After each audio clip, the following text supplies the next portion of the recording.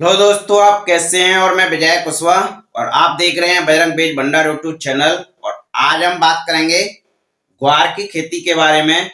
और आज हम ग्वार की खेती की ए टू जेड संपूर्ण जानकारी के बारे में बात करेंगे कि इसके बुआई का उचित समय क्या है, इसकी फसल अवधि कितनी होती है, इसकी खेती के लिए कितने तापमान की आवश्यकता पड़ती है, जलवायु कैसी होनी चाहिए, इसकी खेती के लिए हमको खेत की तैयारी कैसे करनी चाहिए, इसकी खेती हम किन किन मिट्टियों में कर सकते हैं, इसकी बीज की मात्रा कितनी लगती है, ग्वार की कौन कौन सी उन्नत किस्में होती हैं, बीज उपचार हमको कैसे करना चाहिए, बुआई का तरीका क्या है, इसमें कौन कौन से खाद देने चाहिए, बेसल डोज में कौन कौन से खाद देने चाहिए, फसल में कौन कौन से खाद और उर्वरक देने चाहिए, इसके अलावा इसमें कितनी सिंचाई लगती है, किस समय सिंचाई करनी चाहिए, कौन कौन से खरपतवार उगते हैं उनका नियंत्रण कैसे करना चाहिए, इसमें कौन कौन से रोग लगते हैं उनका नियंत्रण कैसे करना चाहिए, कौन कौन से कीट लगते हैं उनका नियंत्रण कैसे करना चाहिए, इसकी उत्पादन कितना होता है, सभी बातों पर चर्चा करेंगे। तो जो भी लोग हमारे चैनल पर पहली बार आए हुए हैं या जिन्होंने अभी तक हमारा चैनल सब्सक्राइब नहीं किया है तो प्लीज आप हमारे चैनल को सब्सक्राइब कर लें, जिससे खेती संबंधी नई नई जानकारी आपको यहाँ से मिलती रहे। तो बने रहिए वीडियो के एंड तक। तो चलिए शुरू करते हैं। जैसा कि आज हम बात करेंगे ग्वार की खेती के बारे में। और ग्वार को अलग अलग स्थानों पर अलग अलग नाम से पुकारा जाता है। जैसे कि कई स्थानों पर इसको दद्दरा के नाम से पुकारा जाता है, कई स्थानों पर इसको ग्वारपटा के नाम से भी पुकारा जाता है, कई स्थानों पर इसको खुद्दी के नाम से भी पुकारा जाता है। तो इसको अलग अलग स्थानों पर अलग अलग नाम से पुकारा जाता है। ग्वार की खेती के बारे में बात करेंगे तो सबसे पहले हम बात करते हैं इसके बुआई के उचित समय की। इसकी बुआई हमको किस समय करनी चाहिए जिससे कि हमारा उत्पादन अधिक से अधिक देखने को मिले। ग्वार की बुआई हम खरीफ सीजन में भी कर सकते हैं और जायद सीजन में भी कर सकते हैं। यदि हम इसकी बुआई खरीफ सीजन में कर रहे हैं तो 1 जून से लेकर 31 जुलाई तक कभी भी कर सकते हैं। यदि हम इसकी जायद सीजन में बुआई कर रहे हैं तो 1 फरवरी से लेकर 31 मई तक कभी भी बुआई कर सकते हैं। कहने का मतलब यह है कि इसकी बुआई हम 1 फरवरी से लेकर 31 जुलाई तक कभी भी हम बुआई कर सकते हैं। फरवरी के महीने में भी इसकी बुआई कर सकते हैं, मार्च, अप्रैल, मई, जून, जुलाई, इन किसी भी महीने में हम इसकी बुआई कर सकते हैं। बात करें इसकी फसल अवधि की तो इसकी जो फसल अवधि है ये इसकी जो फलों की तुलाई है वो बार बार की जाती है। तो इसकी एक फसल अवधि एवरेज लगभग 100 से 180 दिन लगभग होती है।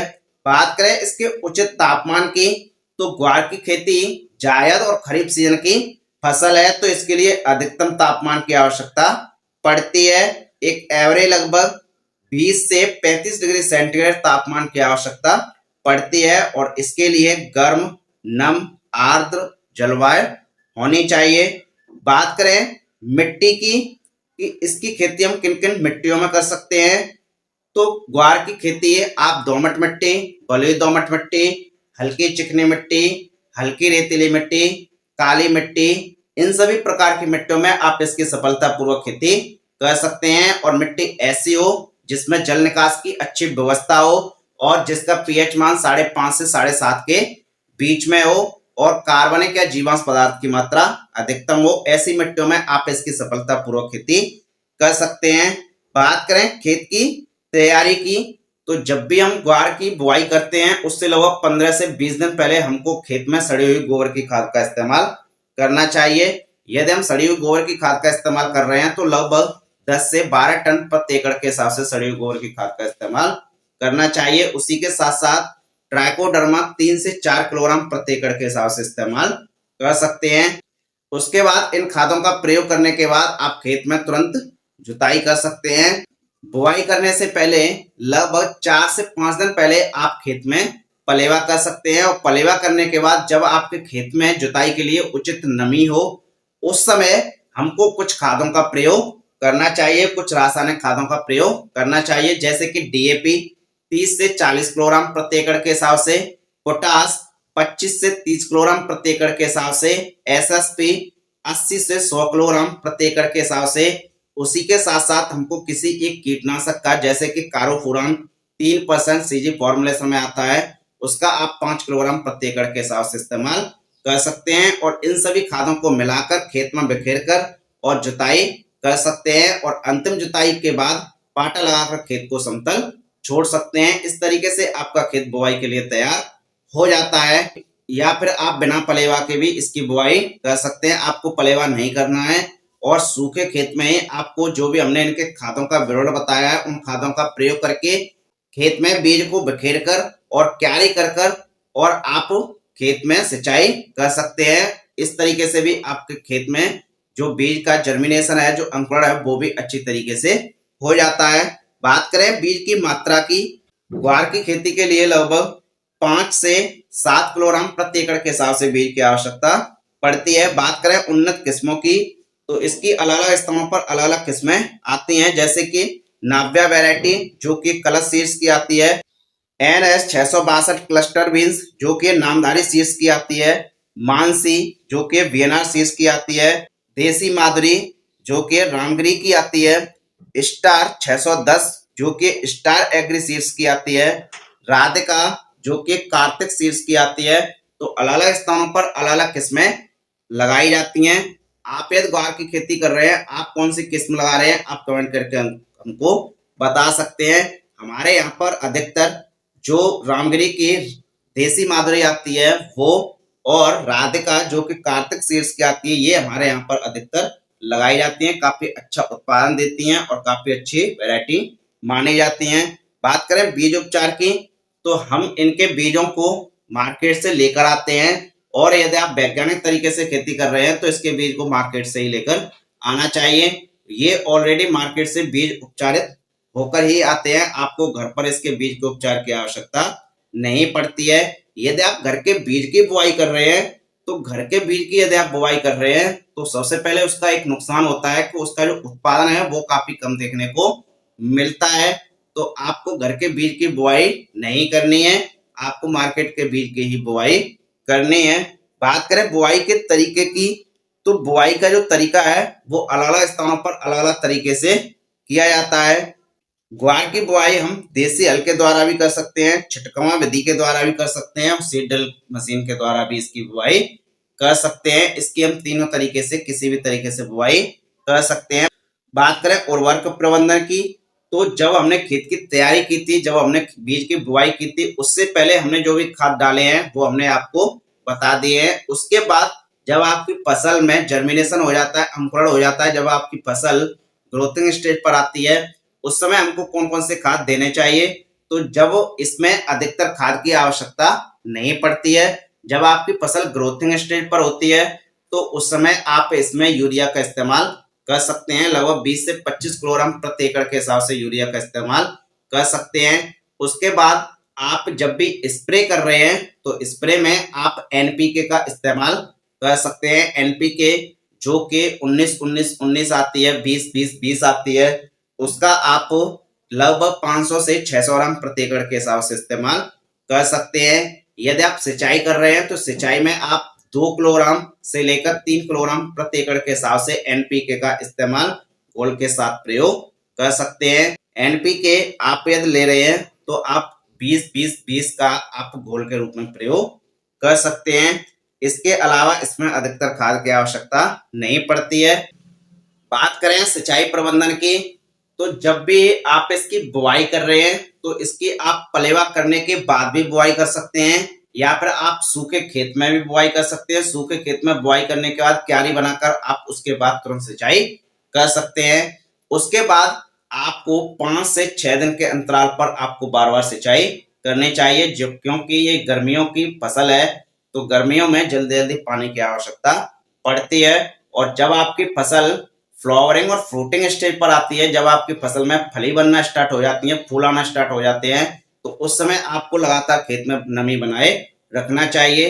यदि आपके खेत में नमी नहीं रहेगी तो आपके जो फूल हैं वो झड़ने लगेंगे और जो फलियां हैं वो अच्छी तरीके से नहीं होंगी और आपका जो उत्पादन है वो काफी कम देखने को मिलेगा। और जब भी आप फलियों की तुड़ाई कर रहे हैं तो तुड़ाई करने से पहले हमको सिंचाई करनी चाहिए। यदि सिंचाई करने के बाद हम फलियों की तुड़ाई करते हैं तो हमारी जो फलियां हैं उनमें जो वजन है वो काफी अच्छा देखने को मिलता है और उसकी जो शाइनिंग है वो काफी अच्छी हो जाती है और फलियां तोड़ने में भी काफी आसानी होती है। तो आपको सिंचाई करने के बाद ही फलियों की तोड़ाई करनी चाहिए और 5 से 6 दिन के अंतराल पर आप इसमें बार-बार सिंचाई कर सकते हैं।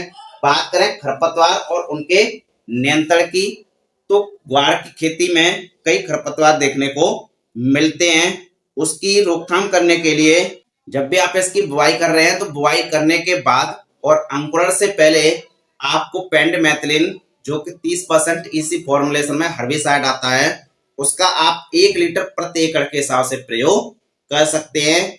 इसका यदि आप प्रयोग करते हैं तो आपके जो ग्वार का बीज है उसी का ही जर्मिनेशन होगा, उसी का ही अंकुरण होगा, किसी भी खरपतवार का अंकुरण नहीं होगा।